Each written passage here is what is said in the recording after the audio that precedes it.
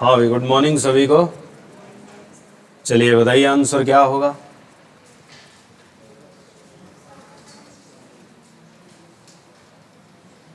फूल और शंकु समान है, दोनों बीज फैलाव में सहायता करते हैं, दोनों परागण के लिए कीड़ों को आकर्षित करने के लिए जिम्मेदार हैं, दोनों चमकदार और चमकीले हैं, दोनों प्रजनन संरचनाएं हैं। तो तुम्हें लिखवाया था कि जो हमारे पास शंकु वर्ड आता है, स्ट्रोबिलई आता है, ये प्रजनन अंग है। किस में, थैंक यू साहब जी, किस में पाए जाते हैं? अनावर्त बीजियों में। और जो फूल होता है ये प्रजनन अंग किस में होता है? आवर्त बीजियों में। इसलिए आपकी दोनों की दोनों कैसी है? प्रजनन संरचनाएं हैं। ठीक है, चलिए नेक्स्ट बताइए।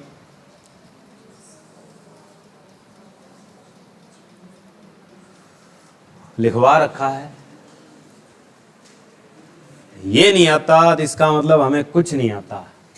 यानी इतने दिन हमने क्लास यूं ही लगाई है। ये तो सबसे आसान क्वेश्चन है, बहुत ही इजी है कि जिम्नोस्पर्म का दूसरा अर्थ क्या है। जिम्नोस्पर्म के बारे में क्या बताया था कि those plants which have naked seeds, कि जिनके बीज कैसे पाए जाते हैं? नगन अवस्था में पाए जाते हैं। वो पौधे आपके कौन से होते हैं? जिम्नोस्पर्म। और जिनमें आपके पास कोटेड होते हैं तो तभी वर्ड बनता है मोनोकोट, और क्या बनता है? डाइकोट। वो कौन से थे आपके पास? एक बीजपत्री, द्विबीजपत्री, और किस में थे आपके पास? एंजियोस्पर्म में। ये बताइए।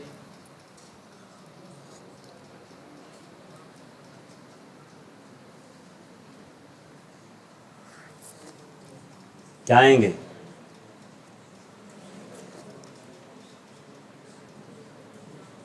सिंपल सा क्वेश्चन है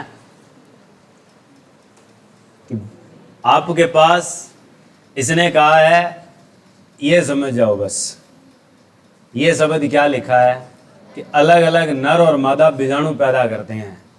अलग अलग जब संख्या होती है, एक भी होता है, दो भी होता है, तीन भी होता है, तो हम जो अलग अलग चीज पढ़ते हैं उनको हम क्या वर्ड देते हैं? खास तौर पर विषम वर्ड देते हैं। यानी हेट्रोस्पोर्स, क्या कहा जाता है उनको?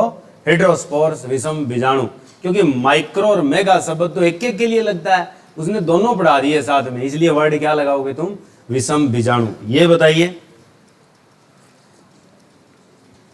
यह आवर्त बीजी और जिम्नोस्पर्म के बीच एक संपर्क की कड़ी के रूप में कार्य करता है। यानी आपके लिए ये क्वेश्चन अगर हम माने तो कैसा मान के चलें? Triple star. बहुत दाकड़ी क्वेश्चन है ये। यानी एसएससी लेवल में बढ़िया लेवल पे आता है, सीजीएल में, सीपीओ में, वहां पूछे जाते हैं ये क्वेश्चन। एनडीए, सीडीएस, यहाँ क्वेश्चन पूछा जाता है ये, और बहुत इंपॉर्टेंट क्वेश्चन है। क्योंकि बायोलॉजी में हम सिंपल एक चीज टैग करते हैं, कई बार पौधे में ऐसा क्वेश्चन हटा दिया जाता है जो लाइन के बीच में होता है और वो समझ नहीं आता कि हम आया कहाँ से है और पढ़े कहाँ से, ऐसा क्वेश्चन है। तो इसलिए मैं कहता हूँ जो कनेक्टिविटी वाले क्वेश्चन होते हैं ये खास तौर पर दिमाग में फिट होने चाहिए, और ये कनेक्टिविटी का ही क्वेश्चन है। संपर्क कड़ी बताई है तो हम क्या कहेंगे? जीने के लिए टेल्स, तो जीने टेल्स, यानी इन दोनों की जो संपर्क कड़ी मानी जाती है वो किसे माना जाता है? जीने टेल्स को माना जाता है। ठीक है, चलिए नेक्स्ट।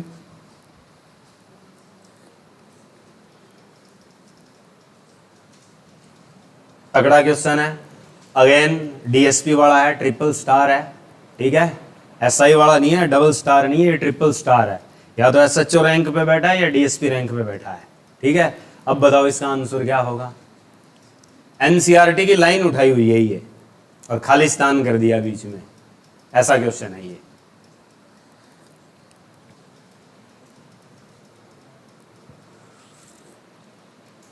क्योंकि इसने जिम्नोस्पर्म में हम मेगास्पोरेंजिया किसके लिए वर्ड लगाते हैं? कौन सा रिप्रोडक्टिव ऑर्गन होता है? फीमेल। ठीक है, और माइक्रो जो होता है वो कौन सा होता है आपके पास? मेल। दो लिखवाए थे ना कि मेगा या मैक्रो, दूसरा कौन सा होता है आपके पास? माइक्रो। दो टैगिंग है हमारी। तो माइक्रो के लिए जो शब्द जुड़ता है वो कौन से के लिए जुड़ता है? नर के लिए। मेगा या मैक्रो आ जाए वो किसके लिए जुड़ता है आपके पास?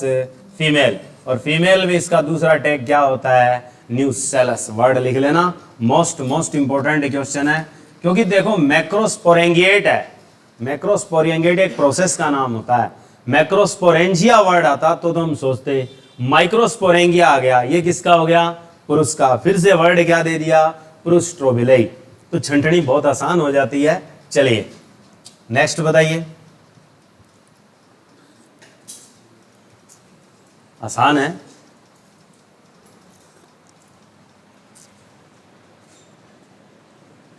क्योंकि बंदा खुद चौक हो जाता है ऐसे क्वेश्चन में कि हम ऑप्शन कौन सा लगाएं।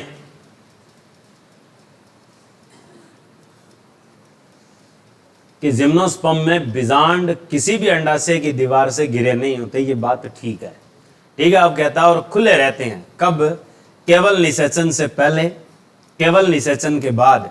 ये बात दोनों क्या फिट नहीं बैठती। ठीक है, वो कहता है कि बीजांड अंडाशय की दीवार से घिरे नहीं होते, तो वो दोनों जगह ही क्या आपके पास इस पोजीशन में नहीं है, ना तो बिफोर फर्टिलाइजेशन और ना ही आफ्टर फर्टिलाइजेशन। रहेगी बात निषेचन से पहले और निषेचन के बाद, ये भी नहीं।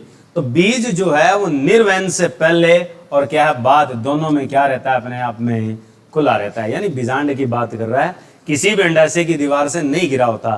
तो ये बात किसकी कर रहा है? बीज की। बीज जो निर्वहन से पहले और बाद में दोनों में क्या रहता है? अपने आप में खुला रहता है। ठीक है, किस में? कौन से पौधों में? अनावर्त बीजियों में। नेक्स्ट बताओ।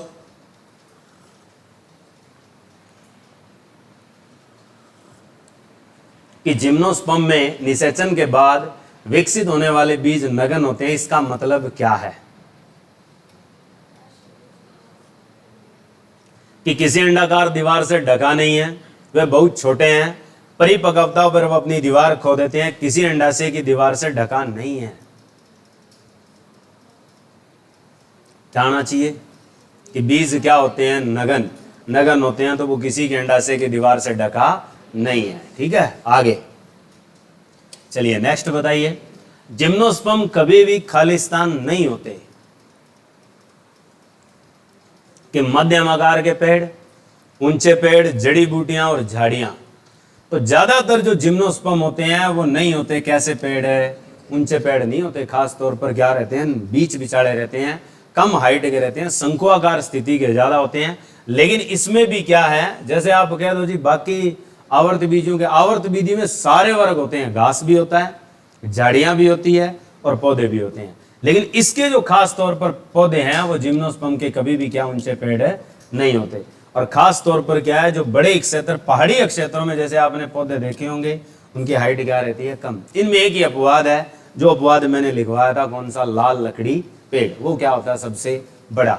नेक्स्ट क्या है? जिम्नोस्पर्म में से एक सिकोया को खालिस्तान भी कहा जाता है। क्या कहा जाता है? इंग्लिश में लिख देता हूं कि ये विशाल लकड़ी है। देखो सिकोया एक पेड़ है, याद रखना, पेड़ है तो शब्द पेड़ का होना चाहिए उसके साथ। ठीक है, अब इसमें सिर्फ एक क्या लिखा है? विशाल देवदार की क्या है? लकड़ी। तो लकड़ी की बात कर रहा है, ये तो लकड़ी तो है नहीं है। अच्छा, दूसरी बात कर रहा है विशाल चंदन, मान लेते हैं थोड़ी देर के लिए। विशाल ब्लैक वुड एक क्या है? बड़ी काली लकड़ी है ये। और लास्ट में लिखा है विशाल रेड वुड, एक बड़ी लाल लकड़ी है।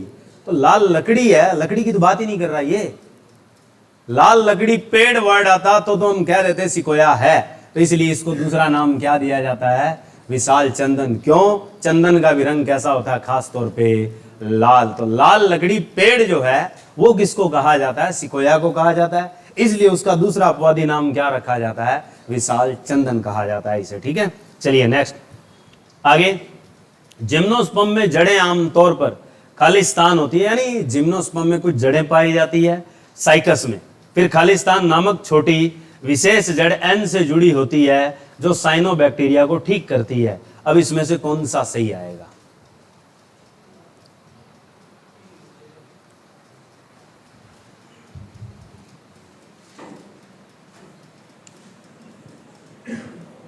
बताओ शाबाश।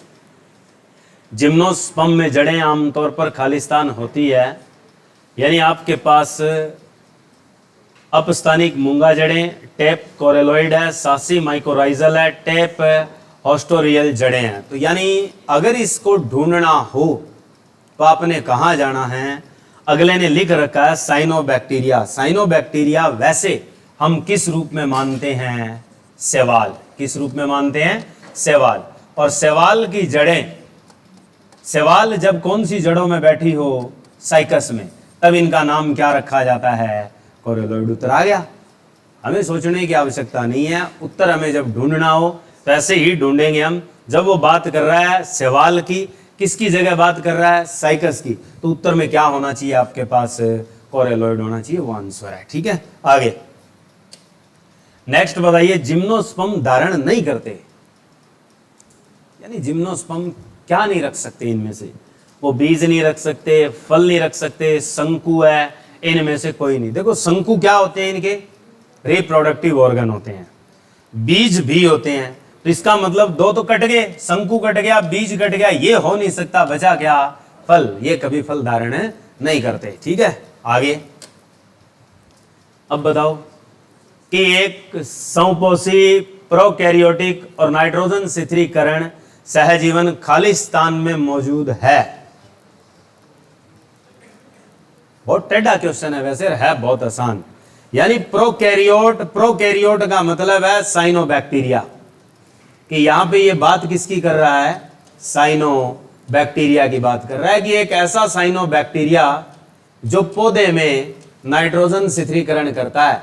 नाइट्रोजन शिथिलीकरण किस में करती है? साइनोबैक्टीरिया साइकस में करती है। थोड़ी देर पहले ही तो पढ़ा है कि साइनोबैक्टीरिया कौन से पादप या कौन से जिम्नोस्पर्म की जड़ों में मुख्य तौर पर रहकर सहजीवन बिताता है और क्या काम करता है?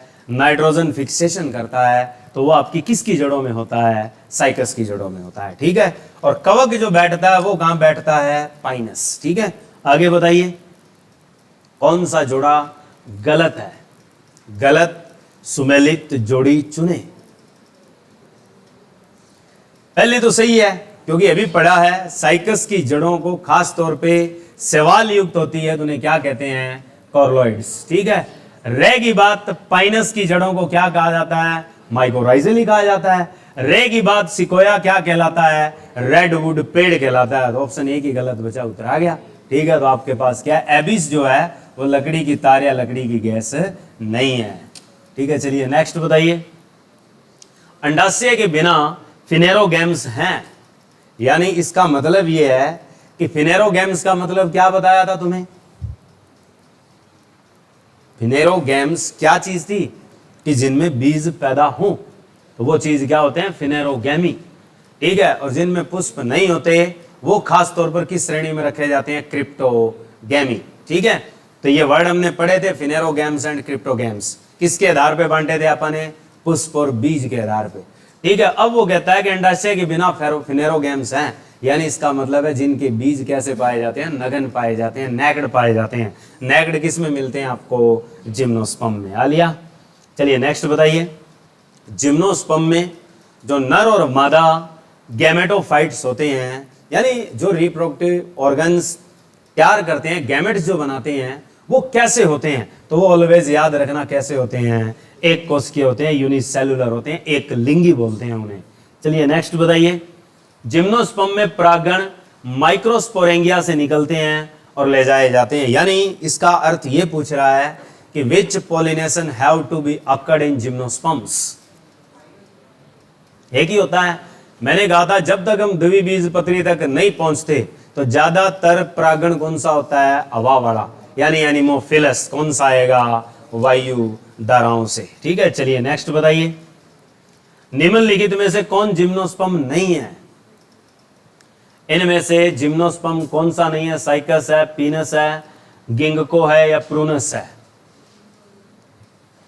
ये सारे ही है भाई, छोड़ दो, सारे ही जिम्नोस्पर्म है। पाइनस भी है, प्रूनस भी होता है। ठीक है, बाकी सारे ये बताओ। चलो, पौधे में अगुणित पादप शरीर उत्पन्न करता है। तगड़ा क्वेश्चन है, तुम्हें बताया था हैप्लॉइड।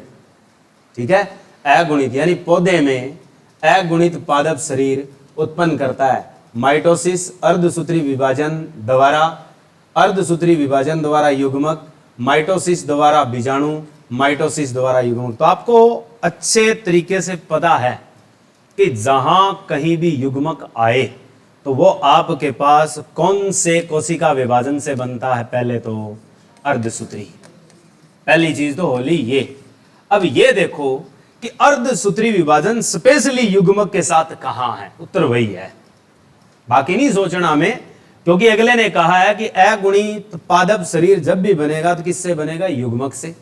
तो युग्मक के लिए कौन सा कोशिका विभाजन होता है? मियोसिस। अब इसने वर्ड क्या लगा रखा है यहाँ पे? माइटोसिस। कहानी खत्म। अच्छा, उसके बाद और माइटोसिस कहां बैठा है? ये बैठा। और माइटोसिस ये बैठा। वर्ड क्या बचा? अर्धसूत्री विभाजन द्वारा क्या बनता है? युग्मक। ठीक है, चलिए नेक्स्ट बताइए। जिम्नोस्पर्म में अगुणित बीजाणु खालिस्तान द्वारा निर्मित होते हैं। कि जिम्नोस्पर्म में जो आपके हैप्लॉइड स्पोर्स आते हैं वो आपके किसके द्वारा निर्मित होते हैं? गैमेटोफाइट से, स्पोरोफाइट से, आर्केगोनिया, एंथ्रीडिया। आर्केगोनियम और एंथ्रीडिया तुम जानते हो क्या होती है? आर्केगोनियम और एंथ्रीडियम तुम अच्छे से जानते हो ये क्या होते हैं? ये क्या होते हैं? ऑर्गन है ये तो बात तो गई इनकी। यानी आर्केगोनियम और क्या कट गया? एंथ्रीडियम। ये तो दो गए। बच गया आपके पास स्पोरोफाइट और क्या बच गया? गैमेटोफाइट। गैमेटोफाइट क्या होता है? सिंगल। इसने कहा बीजाणु पैदा होते हैं, निर्मित होते हैं, तो उनको हम क्या कहते हैं? स्पोरोफाइट। ठीक है, चलिए नेक्स्ट बताइए। निम्नलिखित में से कौन सा गलत है? ये बताओ आप। शाबाश। अब काफी देर होगी हमें पढ़ते हुए, ये तुम बता सकते हो कि गलत कौन सा है। ध्यान से पढ़ो कि कुछ जिम्नोस्पर्म की जड़ों में सवाल वर्ड काट देना, कवक लिख देना। कवक जब जुड़ा होता है तो उसे क्या कहते हैं? अपन माइकोराइजल ही बोलते हैं। जिम्नोस्पर्म की पत्तियां सरल और संयुक्त दोनों ही होती है। जिम्नोस्पर्म में या तो शाखित और अशाखित तने होते हैं। पाइनस में जड़ें माइकोराइजल के रूप में मौजूद होती है। तो ये कौन कौन सी बातें ठीक है इसमें? पहली बात क्या आपके पास? सही, इसको माइकोराइजल नहीं लिखना, इसको कोरेलॉइड वर्ड लिखो तुम। ये जो कवक लिख दिया, सेवाल ठीक है, जड़ का नाम बदलना है। माइकोराइजा की जगह क्या लिखना है? कोरेलॉइड। अब कौन सा गलत है, कौन सा सही है? हैं? देखो, जिम्नोस्पर्म में तने क्या है? शाखित और अशाखित होते हैं। तना इसका शाखित और अशाखित दोनों ही होता है। ठीक है, शाखाओं में बंटता भी है और नहीं भी बंटता। जैसे तुम देखते हो, मैंने कहा था पाइनस, ठीक है, उसकी क्या है? शाखाएं होती है। दूसरा आप ले लो साइकस, साइकस में शाखा नहीं होती।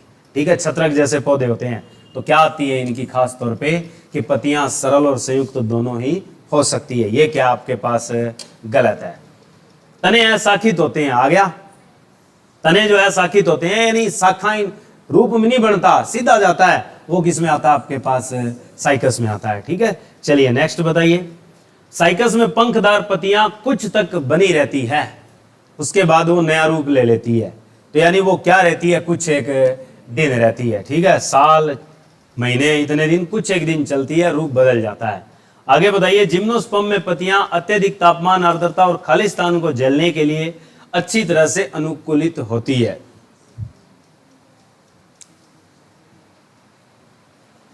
क्या आएगा? सिंपल सा क्वेश्चन है। इनको आप किसके लिए रखते हैं ज्यादातर? ये जो साइकस वाले जिम्नोस्पर्म पौधे होते हैं, इनको हम ज्यादातर किसके लिए रखते हैं? डेकोरेशन के लिए। डेकोरेशन वाली चीजें क्या है? जैसे जैसे बढ़ती जाती है तो खास तौर पे इनकी जड़ें क्या है? मजबूत नहीं होती। मजबूत नहीं होती तो आंधी तूफान में उखड़ने का डर क्या रहता है इनका? सबसे ज्यादा। तो इसलिए वो बैलेंस किसको करेगी? इसी चीज को तो करेगी। किसको करेगी? हवा को। किसको करेगी? हवा को। आगे नेक्स्ट बताइए। शंकुधारी पेड़ों में सुई जैसी पत्तियां होती है। शंकुधारी पौधों में सुई जैसी पत्तियां होती है। शंकुधारी का मतलब क्या है? जिनमें आपके पास रिप्रोडक्टिव ऑर्गन क्या होते हैं? शंकु होते हैं। ठीक है, उनमें जो सुई जैसी पत्तियां होती है वो एक तरह से काम करती है किसका? अत्यधिक तापमान का सामना करना, या पतली छल्ली और धसे हुए रंध्र होते हैं, या अगुणित माइक्रोस्पोर और मेगास्पोर्स होते हैं, या सतह क्षेत्र को कम करते हैं। क्या चीज होती है वो? तो वो आपके पास एक तरह से क्या होती है, अगुणित माइक्रोस्पोर्स और क्या होती है, मेगास्पोर्स होती है। ठीक है, चलिए नेक्स्ट बताइए। जिम्नोस्पर्म विषम बीजाणु होते हैं और वे बनाते हैं क्या? तगड़ा क्वेश्चन है, ट्रिपल स्टार क्वेश्चन है, क्योंकि आपने थोड़ी देर पहले पढ़ा था कि विषम बीजाणु तो होते ही होते हैं, ये हमें पता है। लेकिन अब क्वेश्चन क्या करता है कि जिम्नोस्पर्म विषम बीजाणु होते हैं और वे खालिस्तान बनाते हैं। वे द्विगुणित माइक्रोस्पोर्स और मेगास्पोर्स बनाते हैं, द्विगुणित माइक्रोस्पोर और अगुणित मेगास्पोर बनाते हैं, अगुणित माइक्रोस्पोर और डिप्लॉयड। देखो डिप्लॉयड मेगास्पोर्स कभी नहीं होता इनमें, पहली चीज तो ये। ठीक है, अच्छा अगुणित माइक्रोस्कोर बिल्कुल नहीं होता, दो तो कट गए। यानी कभी भी इनकी पहचान करनी हो तो आपने क्या याद रखना है, द्विगुणित तो क्या होता है, हमेशा माइक्रो होता है, और अगुणित जो होता है वो हमेशा मेगा होता है। ठीक है, इसकी पहचान यही होती है कि diploid always microspore, haploid always megaspore. यानी अब इसने क्या लिख दिया, हैप्लॉयड माइक्रोस्पोर, और हैप्लॉयड क्या लिख दिया, माइक्रोस्पोर। दो पत्ते कट गए, बचा एक पत्ता हमारा, कौन सा, ये वाला। ठीक है, ऊपर वाले में अगुणित शब्द प्रयोग ही नहीं किया, यानी क्या आएगा, डिप्लॉयड क्या होते हैं, माइक्रोस्पोर, हैप्लॉयड क्या होते हैं आपके, मेगास्पोर। ठीक है, चलिए नेक्स्ट बताइए। जिम्नोस्पर्म में स्पोरेंगिया स्पोरोफिल पर पैदा होते हैं, जो लैक्स या कॉम्पैक्ट स्ट्रोबिले या शंकु बनाने के लिए एक अक्ष के साथ व्यवस्थित होते हैं। यानी इसने सारा कथन मिला के दे दिया और इसने कहा है कि वो आपस में मिले कैसे होते हैं। ठीक है, यानी वो जुड़े कैसे होते हैं, तो कैसे होते हैं, वो स्पाइरल होते हैं। ठीक है, सिंपल सा क्वेश्चन है, सर्पिल रूप में होते हैं। चलिए, जिम्नोस्पर्म में माइक्रोस्पोर्स एक नर गैमेटोफाइटिक पीढ़ी में विकसित होते हैं जो खालिस्तान है, यानी इंपॉर्टेंट है, बढ़िया क्वेश्चन है, 2 स्टार कह सकते हो आप इसे। कि इसने कहा है जिम्नोस्पर्म में माइक्रोस्पोर्स, आगे क्या लिखा है इसने, एक नर। ये हमें पता ही है कि जिम्नोस्पर्म में जो एक नर होता है वो कैसा होता है आपके पास, माइक्रोस्पोर, गैमेटिक फाइटिक पिंडी में विकसित होते हैं, जो आगे अत्यधिक विकसित और बड़ी संख्या में कोशिकाओं से बनता है। नहीं, एक बात याद रखना, ये हमने पढ़ा है, माइक्रो का मतलब क्या होता है, फ्री लिविंग। ठीक है, और क्या होता है, सिंगल। तो यानी अर्ध हो नहीं सकता, कट गया। अत्यधिक कम और केवल सीमित संख्याओं में कोशिका की सीमित होती है, नहीं, अत्यधिक विकसित और ये भी नहीं। तो क्या आएगा अपने पास, फ्री लिविंग स्टाइल होता है किसका, अपने पास माइक्रोस्पोर्स का। ठीक है, चलिए नेक्स्ट। जिम्नोस्पर्म में घटे हुए नर, यानी जो मॉडिफाइड फॉर्म आती है, रिड्यूस्ड फॉर्म आती है, वो क्या बनाती है, इसका कहने का मतलब ये है कि जो जिम्नोस्पर्म में घटे हुए नर गैमेटोफाइट को खालिस्तान कहा जाता है, यानी reduced form of the gametophyte in gymnosperm. अंडा कहेंगे, युग्मनज, भ्रूण और प्रागण क्या कहेंगे, बताओ बताओ, शाबाश, क्योंकि बीज बनना है। गैमेटोफाइट जब रिड्यूस होगा, यानी वो आफ्टर फर्टिलाइजेशन, पोलिनेशन के बाद एक नया रूप लेगा। नया रूप उसका होता है बीज, और बीज का रूप क्या कहलाता है, हमेशा परागण कहलाता है, भ्रूण कहलाता है, युग्म कहलाता है, या अंडा कहलाता है, क्या कहलाएगा, बीज। अब शब्द नहीं है, बीज नहीं है तो उत्तर क्या बनाओगे तुम, भ्रूण। ठीक है, चलिए नेक्स्ट बताइए। जिम्नोस्पर्म में नर या मादा शंकु पैदा होते हैं, ये तो आसान सा है। चलो पीछे वाले थोड़े बहुत क्या टेढ़े थे 2-4, ये तो बहुत इजी है। तू बता सिंगे क्या आना चाहिए, कि जिम्नोस्पर्म में नर या मादा शंकु पैदा होते हैं। अरे कहने का मतलब ये है कि जो आपके फूल जैसे नर और क्या होते हैं, मादा जनांग होते हैं, वो एक पौधे पे भी पाए जाते हैं या अलग अलग पौधे पे भी पाए जाते हैं, सीधी सी बात है। जो फूल वाला प्रागण वाला पढ़ा था हमने कि प्रागण कहाँ हो सकता है, कि एक ही पौधे के फूलों के बीच हो सकता है या 2 पौधों के फूलों के बीच हो सकता है। इसका मतलब क्या हुआ, एक ही पौधे पे हो सकते हैं या अलग अलग हो सकते हैं। तो उत्तर क्या आएगा, एक ही पेड़ या क्या आएगा, अलग अलग पेड़ों पर। ठीक है, चलिए नेक्स्ट बताइए। जिम्नोस्पर्म में मेगास्पोर मातृ कोशिका को खालिस्तान की कोशिकाओं में से विभेदित किया जाता है। ये रहने दो, समझ नहीं आएगा। एनवेलॉप्ड फॉर्म होती है, ये काट दो कोई बात नहीं, बड़ा क्वेश्चन है, छोड़ दो इसको। जिम्नोस्पर्म में एक मेगास्पोर मातृकोशिका अर्धसूत्री विभाजित होकर खालिस्तान बनाती है। ये ट्रिपल स्टार कर देना, कभी भी पूछा जा सकता है क्वेश्चन।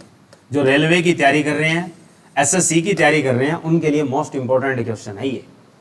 क्या कहता है? जिम्नोस्पर्म में एक मेगास्पोर मातृकोशिका अर्धसूत्री विभाजित होकर खालिस्तान बनाती है। तो आपके पास कितने मेगास्पोर बनाती है, ये पूछ रहा है आपसे। ठीक है, तो विषम अल्टरनेट फॉर्म एक से कहां जाएंगे? Very good. कितने होते हैं? 3। ठीक है, चलिए नेक्स्ट बताइए। जिम्नोस्पर्म में मादा गैमेटोफाइट धारण करती है।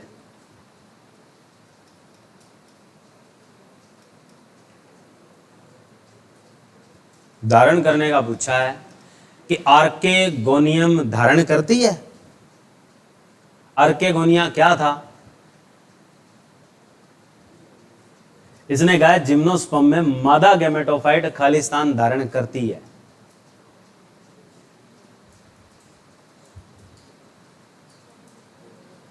गैमेट्स फॉर्मेशन जब भी बनती है, युग्मक जब भी बनता है, तो वो आपके पास कोई धारणा नहीं रहती, कोई चीज धारण नहीं होती, तो आपके पास कोई आर्केगोनिया नहीं है। आर्केगोनियम और एंथ्रीडियम दो शब्द बताए थे कि एंथर किसके लिए होता है? मेल के लिए। आर्केगोनियम किसके लिए लगता है? फीमेल के लिए। चलिए ये बताइए, निम्नलिखित में से कौन सा सबसे छोटा जिम्नोस्पर्म है? ये तो पता ही था, जीमिया और क्या था? पिग्मिया। तो क्या आएगा आपके पास? जामिया। ठीक है, चलिए नेक्स्ट बताइए। वाहिकाएं खालिस्तान में यानी वेसल्स, वेसल्स किसमें होती है? खास तौर पर आपके पास उत्तक में पाई जाती है। ठीक है, और कौन से उत्तक में पाई जाती है? वेसल्स जाइलम में पाई जाती है। ठीक है, एक वर्ड पढ़ते हो तुम जाइलम, एक पढ़ते हो तुम फ्लोएम। तो जो वाहिकाएं खास तौर पर होती है, ये आपके पास किस में होती है? जाइलम में होती है। अब ये कहता है कि जो वाहिकाएं खालिस्तान में पाए जाते हैं, ये क्वेश्चन भी अच्छा क्वेश्चन है, मोस्ट इंपॉर्टेंट क्वेश्चन है, और 9वीं कक्षा की एनसीईआरटी से उठा हुआ क्वेश्चन है ये। अब बताइए क्या आना चाहिए? यानी कभी भी ऐसा क्वेश्चन आए कि जो दारू उत्तक यानी जाइलम उत्तक की जो वाहिकाएं होती है, ये अधिकांश एंजियोस्पर्म में पाई जाती है और कुछ एक क्या पाई जाती है? जिम्नोस्पर्म में। सभी जिम्नोस्पर्म में नहीं होती, कुछ एक लिख सकता है, और अधिकांश शब्द किसके साथ होगा? एंजियो में। तो याद रखना, जाइलम की जो वाहिकाएं मुख्य तौर पे पाई जाती है, वो कौन से पौधों में पाई जाती है? तो वो आप वर्ड हमेशा एक स्पेशली अगर याद रखें तो क्या याद रखोगे? एंजियोस्पर्म में। ज्यादातर एंजियोस्पर्म, कुछ एक क्या हो सकते हैं? जिम्नोस्पर्म, जिनमें पाई जा सकती है। आगे, निम्नलिखित में से पौधों का समूह कौन सा है जो बीज पैदा करता है? ये तो आसान सा है, कौन सा आना चाहिए? कि जिम्नो होगा, टेरिडोब्राया, थैलो होगा? सिंगे जिम्नो होगा। कैसे? बाकी करते ही नहीं। ठीक है, चलिए वेरी गुड। नेक्स्ट बताओ, एंजियोस्पर्म जिम्नोस्पर्म से भिन्न होते हैं क्यों? सिंपल सा क्वेश्चन है कि दोनों में भिन्नता होती है, किसके कारण? कि भाई दोनों में क्या है? फल होते हैं, बीज पत्र होते हैं, ट्रैकिड्स होते हैं, चौड़ी पत्तियां हो सकती है चौड़ी, कोई बड़ी बात नहीं है। ट्रेचियार्ड्स पाए जाते हैं। ट्रेचियार्ड का मतलब उत्तक के बारे में पूछ रहा है, जाइलम के बारे में। बीज पत्र हो सकते हैं दोनों में, बीज पत्र क्यों नहीं हो सकते? ठीक है, कहानी कहाँ अड़ती है? फल की अड़ती है कि दोनों में जो अंतर होता है वो किसका होता है?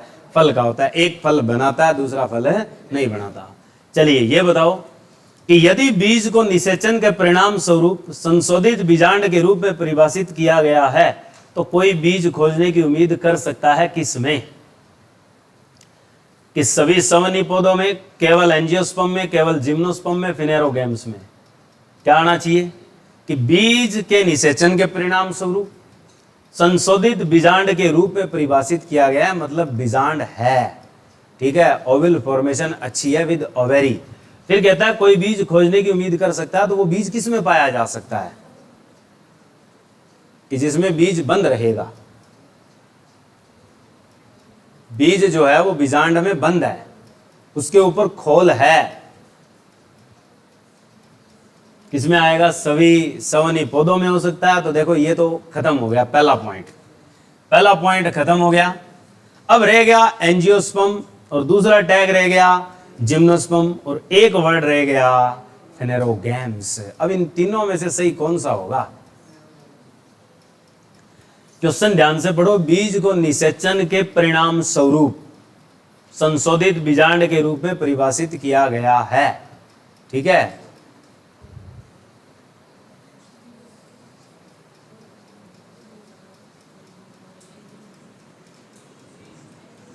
कि एंजियोस्पर्म हो सकता है, जिम्नोस्पर्म हो सकता है, ये ख्याल सब में पैदा होगा। और नीचे एक वर्ड लिखा हुआ है फेनेरोगैम्स।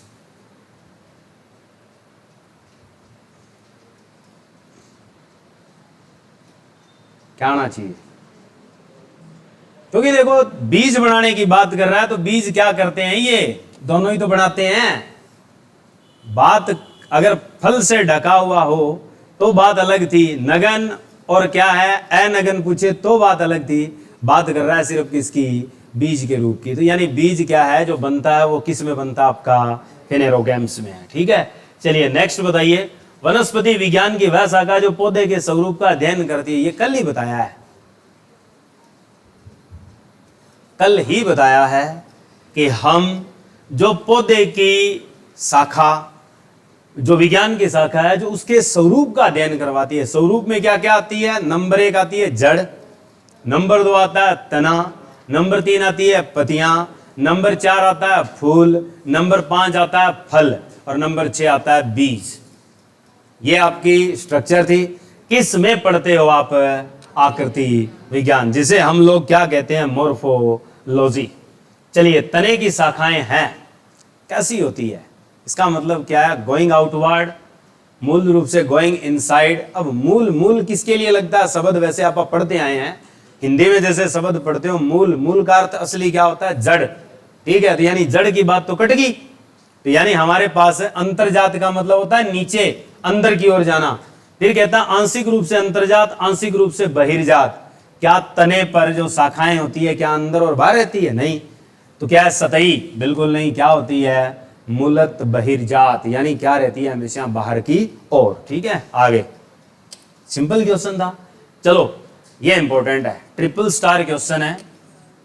प्याज का कोई भी क्वेश्चन अट जाए, भाग के क्या उठा लेना है। ठीक है, क्योंकि ये बहुत फेमस क्वेश्चन होते हैं।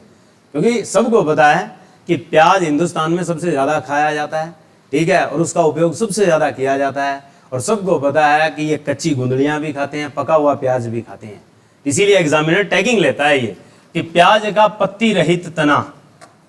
अभी जैसे प्याज कट गए हैं, कटने से पहले तुमने देखा होगा एक तना ऊपर गया था बिना पत्ती के और तुम्बा सा लग गया था। तो उसके बारे में पूछ रहा है ये कि वो चीज क्या होती है। ठीक है, तो यानी प्याज का पत्ती रहित तना जिसमें फूल लगते हैं वो क्या कहलाता है? तो वो क्या कहलाता है आपके पास?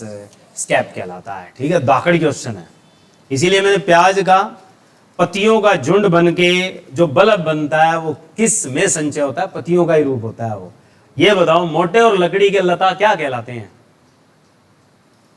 मोटे और लकड़ी के लता कहलाते हैं। इसे लियानास कहा जाता है। क्या कहा जाता है? लियानास। ठीक है, चलिए नेक्स्ट बताइए। समांतर शिरा विन्यास पाए जाते हैं, किस में पाए जाते हैं? शिरा विन्यास किस में पाए जाते हैं? ये बात किसकी कर रहा है? वाहिकाएं। ठीक है, ट्रेंचियार्ड्स, वाहिकाएं, ये तो होती है उत्कों में। और शिरा विन्यास शब्द किसके लिए लगता है? पत्तियों के लिए। यानी ये जो वर्ड लगता है ये किसके लिए लगाया जाता है? पत्तों के लिए, या ओब्लिक लिख सकते हो पत्तियों के लिए। तो ये आपका इनमें से किस में पाया जाता है? मोनोकोट, द्विबीजपत्री, द्विबीज। अब देखो, तना और जड़ का तो खेल ही नहीं है। बात किसकी हो रही है? पत्ती की। तो दो तो बंदे गए, तना भी गया और क्या गया? जड़ भी गया। तो उपरोक्त में से कोई नहीं, तो उत्तर क्या बचता है? ओनली मोनोकोटिस। ठीक है, आगे चलिए नेक्स्ट बताइए। क्या आवर्त बीजी जिम्नोस्पर्म से भिन्न होते हैं? क्यों होते हैं ये तुम्हें बताओगे। आवर्त बीजी जिम्नोस्पर्म से भिन्न, यानी एंजियोस्पर्म जिम्नोस्पर्म से अलग कैसे हैं? मिश्रित पत्तियां होने के कारण, सदाबहार होना, आकार में छोटा होना, और अंडाशय में क्या? बीजांड का बंद होना। यही तो बताना है। यानी आपके पास ओवेरी की क्या होती है? अब्सेंस होती है। किसमें? आपके पास जिम्नोस्पर्म में। ठीक है, यही तो उत्तर है। चलिए नेक्स्ट बताइए। आवर्त बीजी में बीज निर्माण के लिए निम्नलिखित में से क्या आवश्यक है? आवर्त बीजी शब्द लगाया है, ध्यान से पढ़ना। आवर्त बीजी का मतलब क्या है? एंजियोस्पर्म। वो कहता है उसमें बीज निर्माण के लिए क्या चीज जरूरी है? अंडाकार, परागण यानी अंडाशय, pollination, double fertilisation, all of these. तो क्या उत्तर क्या आएगा? सारे आएंगे, क्योंकि जहां फूल होगा वहां परागण होंगे। फूल में क्या है आपका? अंडाशय भी है विद ओवेरी। इसका मतलब ऑप्शन क्या आपके पास? उपरोक्त सभी। ठीक है, चलिए नेक्स्ट बताइए। आवर्त बीजी पौधों में अर्धसूत्री विभाजन के समय होता है। ये तो पक्का आना चाहिए, अभी बता के आया हूं। जहां कहीं भी अर्धसूत्री विभाजन का रूप दे रखा हो उसमें क्या आता? उत्तर युग्मक। बस और सोचना ही नहीं है। अर्धसूत्री विभाजन कहीं टैग करे और पूछे निर्माण क्या है तो गैमेट्स। क्या आएगा? गैमेट्स। तो क्या आएगा? किसका निर्माण होता है? युग्म का निर्माण। लेकिन साथ में क्या है? आवर्त बीजों में एक कहता है समय होता है। ठीक है, तो ये समय की बात कर रहा है, तो इसमें क्या क्वेश्चन हमें बदलना पड़ता है। पीढ़ी दर पीढ़ी स्पोरोफाइट और क्या बनते हैं? गैमेटोफाइट। कब? जब आपके पास यहां पे क्या लिख देता अगला? अनावर्त बीजी। अगर अनावर्त बीजी का टैग आता तो हम उत्तर बदल देते, पीढ़ी दर पीढ़ी क्या बना देते? स्पोरोफाइट और गैमेटोफाइट। अब बात किसकी कर रहा है? आवर्त बीजी। चलिए नेक्स्ट बताइए। बीजांड में बीजांड काय को प्राय कहा जाता है? ये भी बढ़िया क्वेश्चन है। जब हम बीज के बारे में पढ़ेंगे आगे चल के पुष्प में, वहां हमें इन सभी बातों के क्या उल्लेख मिलेंगे। तो बीजांड में बीजांड काय को प्राय क्या कहा जाता है? मेगा गैमेटोफाइट कहा जाता है, मेगा स्पोरेंगियम कहा जाता है, मेगा स्पोरोफाइट कहा जाता है, मादा स्पोरोजेनस उत्तक। देखो उत्तक शब्द तो है ही नहीं। ठीक है, अब बात कर रहा है बीजांड में बीजांड काय, यानी आपके पास न्यूक्लियस से बात कर रहा है। तो मेगा स्पोरोफाइट्स वर्ड क्या होता है आपके पास? स्पोर का मतलब बीजाणु। ठीक है, रे की बात मेगा गैमेटोफाइट यानी गैमेट्स। ये भी बात कट गई, क्योंकि वो बीज बीजांड काय से बात कर रहा है, तो वो आपके पास क्या चीज होती है? मेगा स्पोरेंगियम। ठीक है, चलिए आगे बताइए। जब पक्षी एजेंट होते हैं तो परागण होता है। ये सबको आना चाहिए, लिख रखे हैं मैंने, ऑर्निथोफिली। ठीक है, यानी आपके पास पक्षी जो करते हैं वो क्या होती है? एर्निथो। एनिमो कौन सी होती है? लिखवाई थी। एनिमोफिली कौन सी होती है? जब परागण किसके द्वारा हो? वायु। हाइड्रोफिली कब होती है? जब किसके द्वारा हो? जल। एंटेमोफिली किसके द्वारा होती है? कीटों के द्वारा। ठीक है, यानी जब कीट करे तो एंटोमोफिली होती है, पानी करे तो हाइड्रोफिली होती है, और वायु करे तो क्या होती है? एनिमोफिली। तो ये तो थी प्रॉपर्टी हमारे पास केवल और केवल ज्यादातर एंजियोस्पर्म और जिम्नोस्पर्म की। तो लास्ट में हमने क्या पढ़ा था? वहीं वापिस चलते हैं। जड़। मैंने कहा था 3 बातें पढ़ के आनी थी तुम्हें। कौन कौन सी बातें लिख के गया था लास्ट में? सिंगा बताएगा। देख के नहीं बतानी, चोरी करके, बिना देखे बता। हैं? जड़ के बारे में 3 बातें लिखी थी। क्या क्या लिखी थी? ऐसे नहीं कि जड़ को हम आकर्षण और प्रतिकर्षण में पढ़ते हैं, यानी अकॉर्डिंग टू अट्रैक्टिव नेचर और अकॉर्डिंग टू रिपल्सिव नेचर। 2 तरीके से पढ़ी जाती है कि जड़ जाति कहां है, किस और जाती है और किस से दूर जाती है। ठीक है, तो जड़ एक तो पढ़ी थी तुमने किसके चलते? मृदा। मृदा के लिए शब्द क्या लगाते हैं हम लोग? धरातल। तो यानी जड़ को धरातल या मृदा के लिए क्या कहा जाता है? तो ऑलवेज क्या कहा जाता है? पॉजिटिव। पॉजिटिव का मतलब क्या है? अगर हम इंग्लिश में लिखें तो ये होती है पॉजिटिव जियोट्रॉपिक, और अगर लिखें हम हिंदी में तो क्या होती है? धनात्मक गुरुत्वानुवर्तन।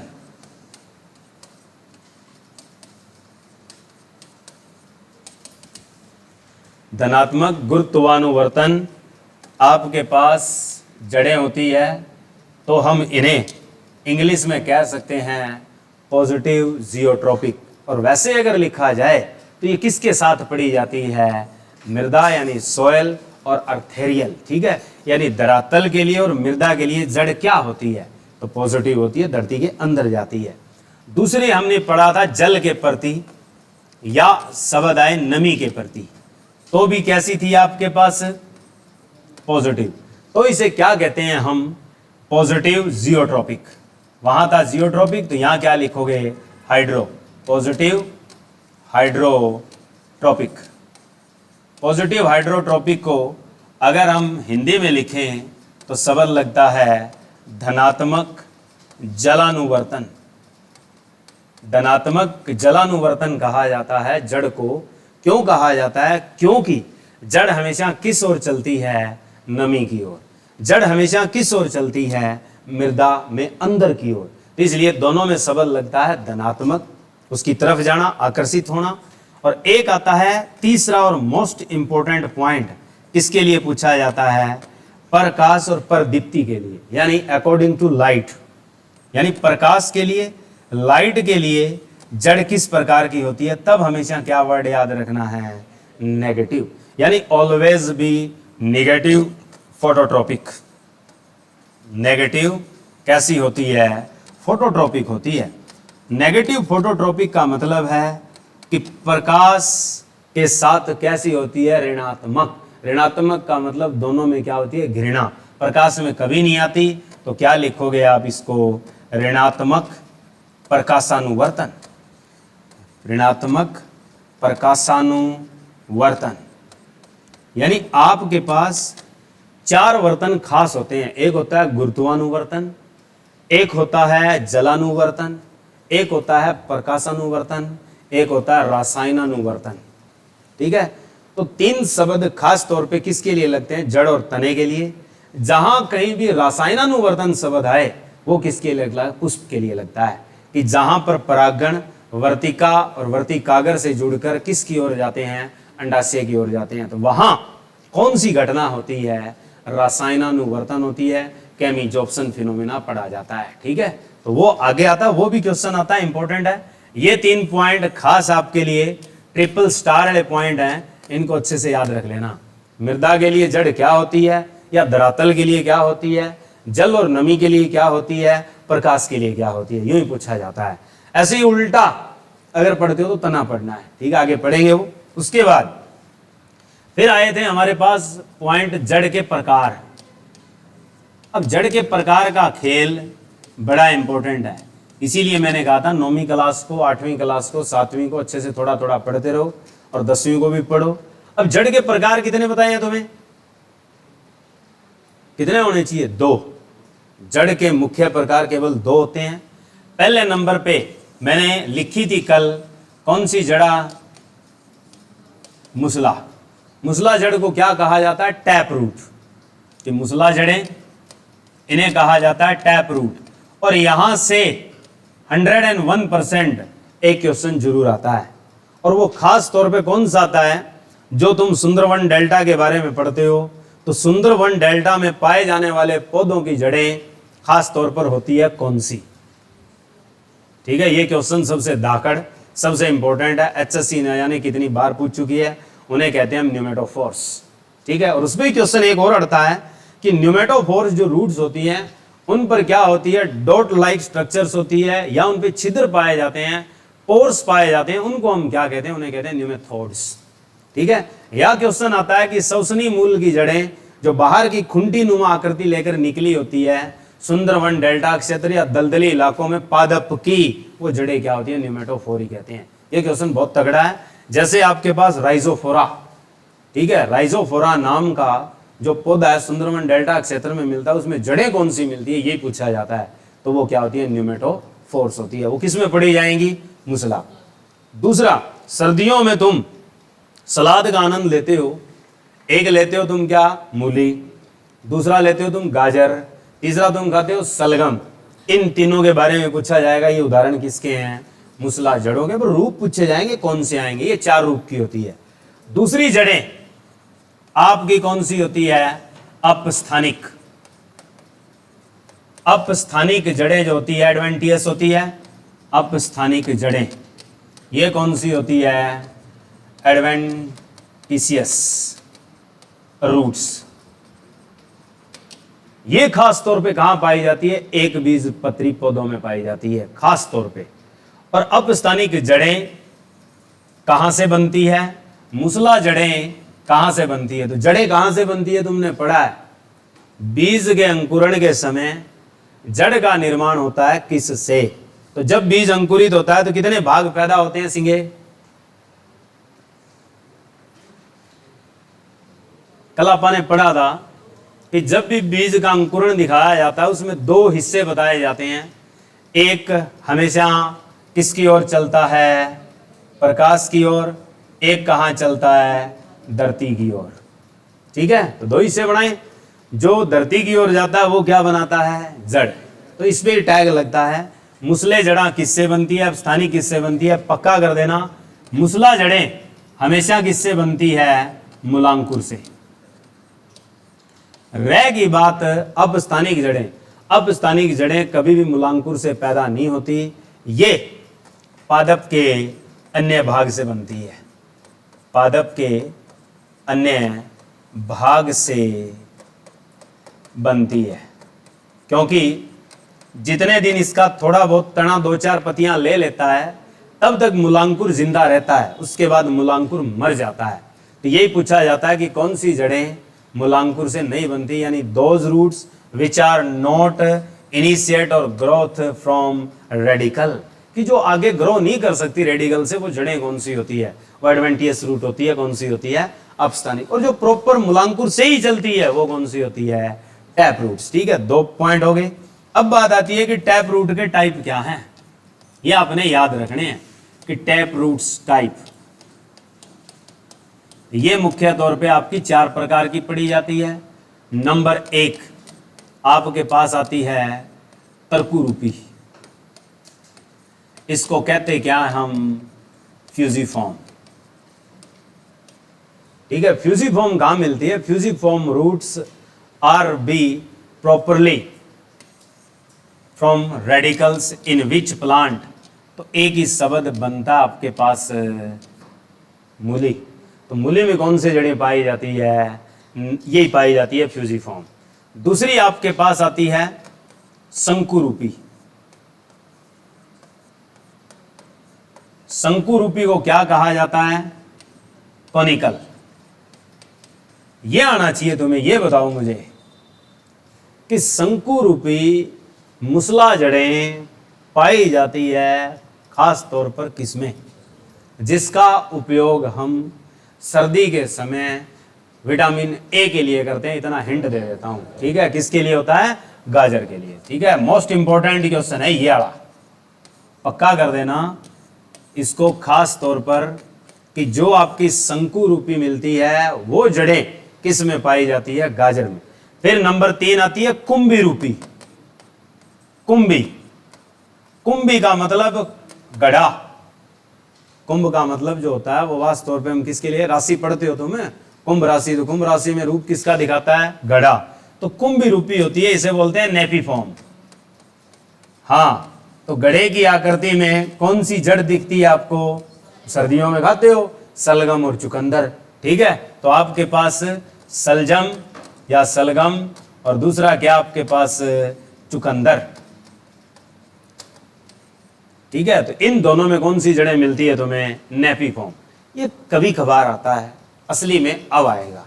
लास्ट वाली जो है वो कौन सी होती है, न्यूमेटोफोर। न्यूमेटोफोर जड़ें, इंग्लिश में भी यही नाम है, हिंदी में भी यही नाम है। इसलिए इंग्लिश वाला नाम हिंदी में जो याद रखना हो वो बड़ा इंपॉर्टेंट होता है। तो न्यूमेटोफोर जड़ें पाई जाती है किन पौधों में, खास तौर पर राइजोफोरा। नंबर 1 राइजोफोरा में मिलती है। दूसरा सुंदरवन डेल्टा पढ़ते हो तुम, सुंदरी। दूसरा जो पौधा है वो कौन सा याद रखना है, सुंदरी।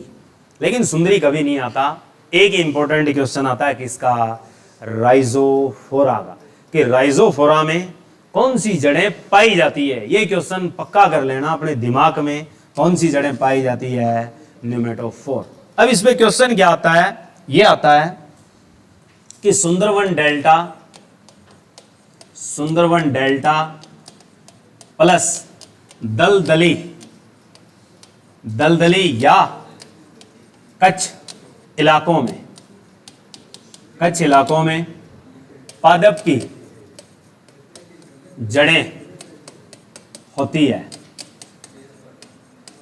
यह आता है दलदली क्षेत्र में, कच्छ इलाकों में या सुंदरवन डेल्टा के जो पौधे हैं उनमें पादप की जड़ें कौन सी होती है, प्लांट रूट्स कौन सी होती है, तभी बताया कौन सी होती है, न्यूमेटोफोर। और एक क्वेश्चन यह टैग होता है कि दलदली क्षेत्रों में, दलदली क्षेत्रों में पादप जड़ें, जो पादप जड़ें होती है खुंटी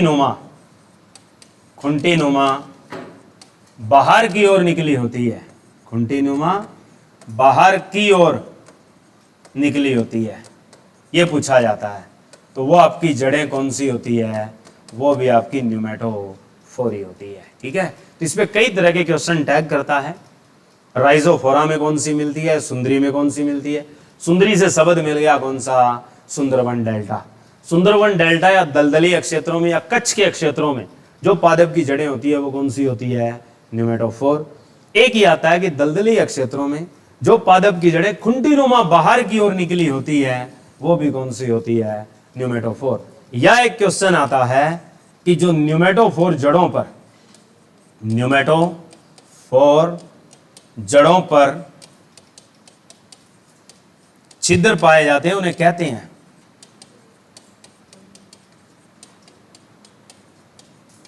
यानी आपके पास जो छिद्रनुमा सुराग कह दो, पोर्स स्टाइल रूप कह दो या फॉर्म कह दो, जो इन न्यूमेटोफोर रूट्स पर पाई जाती है, तो उनको हम स्पेशली कहते क्या है, तो इन्हें अभी बताया था क्या नाम दिया जाता है, न्यूमेथोड्स कहा जाता है। दो इंपॉर्टेंट क्वेश्चन जुड़ जाते हैं न्यूमेटोफोर पर। एचएससी के खास तौर पर मेल कांस्टेबल के पेपर जो रिसेंटली पीछे वाले हुए थे, उठा के देखना, 2 या 3 क्वेश्चन मिलेंगे तुम्हें न्यूमेटोफोर रूट्स के। और खास तौर पे यही आते हैं कि जो दलदली क्षेत्रों के पौधों में, कछोद-भिद इलाके के पौधों में या सुंदरवन डेल्टा क्षेत्र के पौधों में खुंटी नुमा जड़ें होती है, वो कौन सी होती है, न्यूमेटोफोर, जो बाहर निकली होती है।